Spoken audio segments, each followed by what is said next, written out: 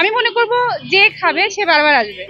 ডুবু ডুবু রসে ভাসানো সবুজ রঙের মিষ্টি দেখে বোঝা যাচ্ছে অন্য সব মিষ্টির মতো নয়, আসলেও তাই। ব্যতিক্রম এই মিষ্টি তৈরির মূল উপকরণ ছানা ও কাঁচামরিচ।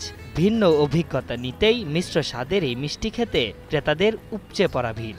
মিষ্টিটা ঝাল মিষ্টি তো এর আগে কখনো খাওয়া হয়নি, দেখছি শুধু, তো এখন খাইলাম, মোটামুটি ভালোই আছে, ওই টক ঝাল একটা টেস্ট আছে। ভিন্ন স্বাদের এই রসগোল্লা খেতে ভোজন রসিকদের আগ্রহের কমতি নেই। সপ্তাহে একদিন বিক্রি হওয়ায় দীর্ঘদিন অপেক্ষা করতে হয় তাদের। তবু যেন ব্যতিক্রমে রসগোল্লার স্বাদ নিতে ভুলে যান না মিষ্টান্ন প্রিয় মানুষরা। এখানে বিশেষত্ব হচ্ছে আপনার যে কাঁচামরিচের যে মিষ্টিটা, এটা কোথাও আমি খাইনি, এটা এখানে প্রথম খাইছি। আর প্রথমবার যখন খাইছি সেকেন্ড টাইম 2বার আসছি, এসে আমি পাইনি, আজকের জন্য সন্ধ্যার পর্বেই চলে আসছি খাওয়ার জন্য। দইয়ের জন্য বিখ্যাত বগুড়া এবার ঝড় তুলেছে মরিচের এই রসগোল্লা। দুধের ছানার সঙ্গে কাঁচামরিচ মিশিয়ে চিনি শিরায় ডুবিয়ে বানানো হয় বিশেষ এই মিষ্টি।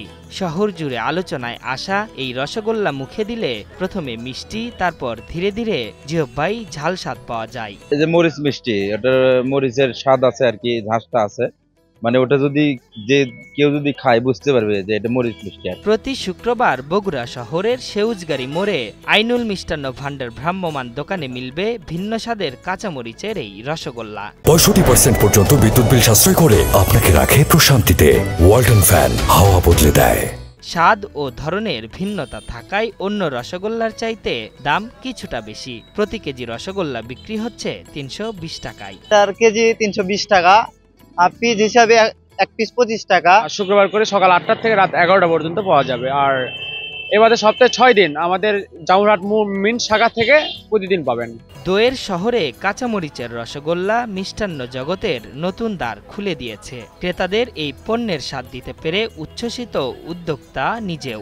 আইনুল মিষ্টান্ন ভান্ডারের কারণে শহরে এই কাঁচামরিচের স্বাদ এবং খেজুরের গুড়ের স্বাদটা যেন পৌঁছে দিতে পারি, এই কারণেই মূলত এই উদ্যোগটা নেওয়া। কয়েক বছর আগে কুমিল্লায় কাঁচামরিচের এই রসগোল্লা তৈরি করেন স্থানীয় কয়েকজন কারিগর। পরে তা সারা দেশে বেশ সাড়া ফেলে। তারই ধারাবাহিকতায় বগুড়ার শিবগঞ্জ উপজেলার বুড়িগঞ্জের জামুরহাটে আইনুল মিষ্টান্ন ভান্ডারে এই রসগোল্লা তৈরির উদ্যোগ নেওয়া হয়।